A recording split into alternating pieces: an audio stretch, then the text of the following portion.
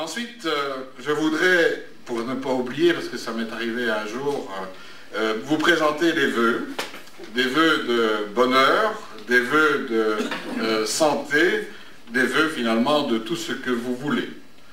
Des vœux pour vous-même, pour votre famille, pour vos proches, et puis pour toutes celles et tous ceux que vous voulez aussi. Et puis ensuite, pour nous tous ensemble, nous souhaitons, nous tous ensemble qui défendons du côté de la mutualité, du côté du syndicat, du côté du parti, défendons toutes celles et tous ceux qui ont besoin de la force de la solidarité. Et c'est un slogan qui est repris, cette force de la solidarité qui est bien repris au niveau de la mutualité et que nous entendons bien décliner dans toutes les formes et dans tous les domaines au cours de cette année 2009. Et enfin, après avoir souhaité les vœux à chacun et à chacune d'entre vous, avoir souhaité les vœux pour nous tous ici présents, et je crois que nous devons aussi formuler des vœux pour notre monde, pour notre société qui en a vraiment bien besoin, et on ne dira même pas des vœux pour plus de paix, on dira simplement des vœux pour la paix et la fraternité. Alors effectivement, à Gaza, ils en ont bien besoin, mais le Congo, le Kivu, le Darfour, toutes ces régions dont on a parlé, dont on parle un peu moins aujourd'hui parce que les caméras de télévision se sont déplacées dans une autre zone, cette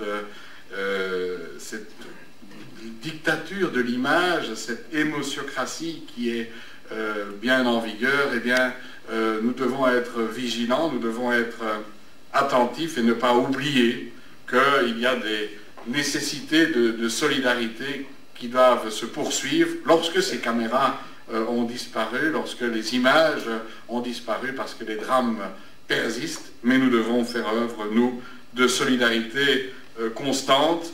Nous devons être plus que d'autres les militants de la justice, les militants de la paix, les militants de la solidarité, plus encore aujourd'hui qu'hier et, comme on dit, moins que demain. Notre action en 2009, eh bien, elle devra être avant tout concrète. Elle devra s'appuyer sur la proximité réelle. Elle devra s'appuyer aussi sur une disponibilité jamais prise en défaut. Notre action, elle devra se faire sans esbrouffe ou effet d'annonce.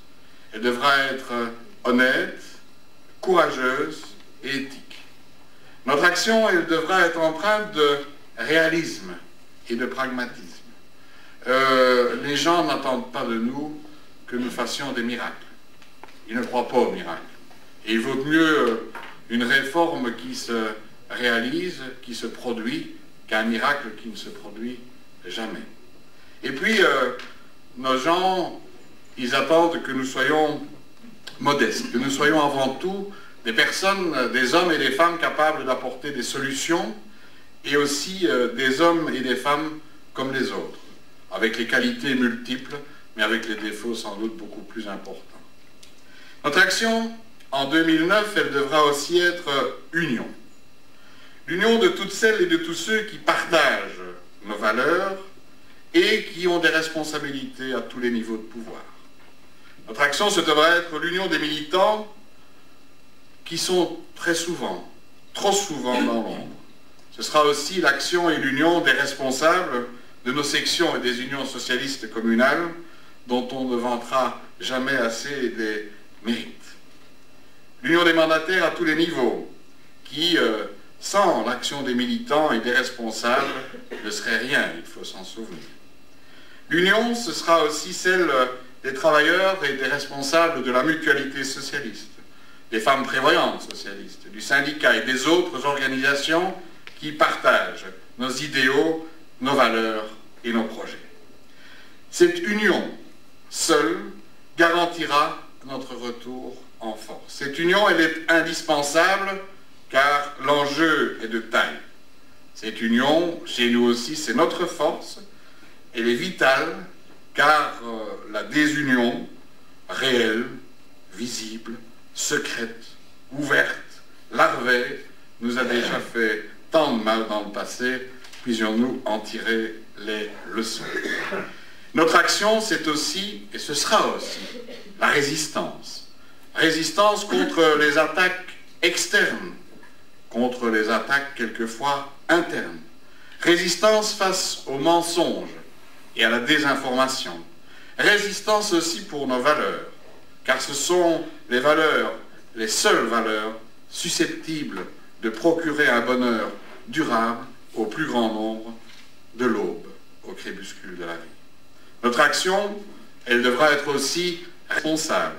Responsable là où nous sommes au pouvoir, et nous entendons bien y rester, mais aussi responsable dans l'opposition et dans le quotidien, dans la citoyenneté. Notre action sera aussi mobilisatrice, participative, et donc elle sera exigeante. Elle pourra surprendre aussi par sa teneur, par le moment où elle se produit, par l'endroit où elle se produit. Elle exigera une mobilisation permanente et une vigilance politique de tous les instants. Je sais que cette énumération non exhaustive pourrait en faire reculer plus d'un. Je sais aussi que ce ne sera pas votre cas, car je sais que vous savez vous battre quand la cause est juste.